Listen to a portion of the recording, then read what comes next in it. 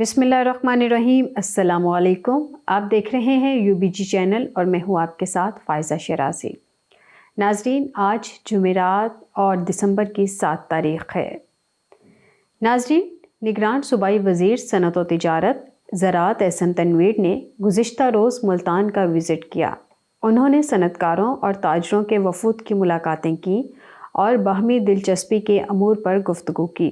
इस मौका पर गुफ्तगू करते हुए सूबाई वज़ीर एहसन तनवीर ने कहा कि सनअतकारों और ताजरों को बेहतरीन और साजगार माहौल फ़राहम करना अव्वलिन तरजीह है। सनअतकारों और ताजरों को दरपेश मसाइल तरजीही बुनियादों पर हल किए जाएंगे। सनअती तरक्की मुल्की इस्तेहकाम के लिए इंतहाई ज़रूरी है। कारोबार के फ़रोग़ के लिए बेहतरीन सहूलियात की फ़राहमी के लिए इक़दाम कर रहे हैं। सनअतकारों की सहूलत के लिए लाहौर में बिज़नेस फैसिलिटेशन सेंटर बन चुका है, दीगर शहरों में भी बनाएंगे। फैसिलिटेशन सेंटर में बिज़नेस के लिए फौरी NOCs जारी किए जाएंगे। फैसिलिटेशन सेंटर में 20 डिपार्टमेंट्स के 133 NOCs जारी किए जाएंगे।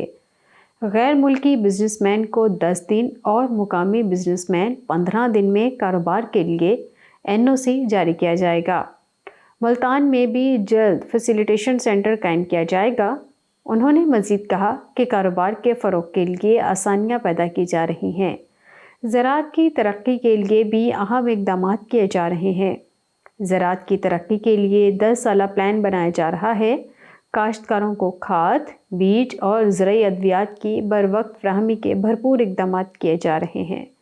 सूबाई वज़ीर एहसन तनवीर ने मुल्तान के तफसीली दौरे के मौका पर chamber of small traders and small industries और ताजर तंजीमों के अहदेदारान और सनअतकारों और ताजरों से मुलाकातें की।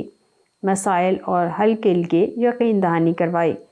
निगरान सूबाई वज़ीर एहसन तनवीर ने मुल्तान की मुख्तलिफ सनअतों का भी विज़िट किया। सनअतकारों और बिज़नेस कम्युनिटी की जानिब सूबाई वज़ीर का शुक्रिया अदा किया गया। नाज़रीन, Islamabad chamber of commerce and industry ICCI के सदर एहसन ज़फ़र बख्तावरी ने कहा है कि नौजवान पाकिस्तान का मुस्तक़बिल हैं और उनके लिए कारोबार के शोबे में तरक्की करने के उम्दा मौक़े मौजूद हैं। उन्होंने इस बात पर ज़ोर दिया कि हुकूमत स्कूलों की सतह से ही तलबा में एंटरप्रेन्योरशिप को फ़रोग़ देने के लिए तालीमी निसाब में तब्दीलियाँ लाने के इक़दाम करे, ताकि नौजवान तालीम से फ़ारिग होने के नए कारोबारी इदारे कायम कर सकें और पाकिस्तान की तरक्की और खुशहाली में अपना फ़ाइल किरदार अदा करें। इन ख़यालात का इज़हार उन्होंने रूट्स इंटरनेशनल स्कूल गुलज़ार कायद ब्रांच रावलपिंडी के स्टूडेंट काउंसिल बॉडी के मेंबरान से बतौर मेहमान ख़ुसूसी हल्फ लेने के बाद तलबा से ख़िताब करते हुए किया।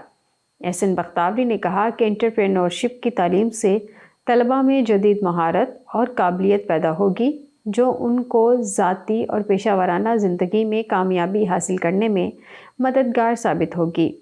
उन्होंने कहा कि स्कूल की सतह पर एंटरप्रेन्योरशिप की तालीम तलबा को एक कारोबारी शख्स की तरह सोचने और स्कूल या कॉलेज में हासिल करदा महारतों और इल्म को अमली ज़िंदगी में अपनाने के काबिल बनाएगी, जिससे वो कामयाब कारोबारी शख्सियत बनकर मुल्क और मईशत को दरपेश चैलेंजेस से बेहतर अंदाज में निपटने के काबिल होंगे।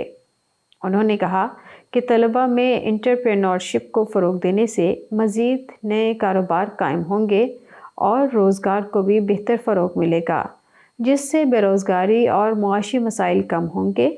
रूट्स इंटरनेशनल स्कूल गुलज़ार कायद ब्रांच रावलपिंडी के तलबा ने हल्फ के तहत अपने फ़राइज़ ईमानदारी और अपनी बेहतरीन सलाहियतों के साथ अंजाम देने का अहद किया। इस्लामाबाद चैम्बर ऑफ कॉमर्स के सदर एहसन ज़फ़र बख्तावरी ने इस मौका पर तलबा से बातचीत की और उन्हें हसूल तालीम में बेहतर कारकर्दगी दिखाने और कारोबार के मैदान में कामयाबी हासिल करने के बारे में मुफीद मशवरे दिए। नाज़रीन, एशियाई तरक्याती बैंक ADB ने पाकिस्तान के लिए 65 करोड़ 88 लाख डॉलर के कर्ज की मंजूरी दे दी। ADB के एलामिये के मुताबिक पाकिस्तान के लिए 65 करोड़ 88 लाख डॉलर कर्ज की मंजूरी दी गई है और ये रकम 3 मुख्तलिफ मनसूबों पर खर्च की जाएगी। बैंक का कहना है कि फ़ंड्स की फ़राहमी का मकसद पायदार मुआशी तरक्की के हदफ का हसूल है। ये मकामी वसाइल बढ़ाने और सैलाब से तबाह हाल स्कूलों की बहाली पर खर्च होंगे। ان فنڈ سے غذائی تحفظ کے لیے زرعی پیداوار میں اضافہ اور پاکستان کو حالیہ تباہ کن سیلاب سے پیدا بحران سے نکلنے میں مدد ملے گی۔ اعلامیے کے مطابق ADB کا مقصد پاکستان کی معاشی صورتحال میں بہتری اور عوام کا معیار زندگی بہتر بنانا ہے۔ اس میں سے $30 کروڑ مقامی وسائل بڑھانے کے لیے پالیسی اصلاحات پر خرچ کیے جائیں گے۔ ADB کا کہنا ہے کہ پروگرام کا مقصد ٹیکس، انتظامی امور، اخراجات، مینجمنٹ اور سرمایہ کاری میں بہتری لانا ہے۔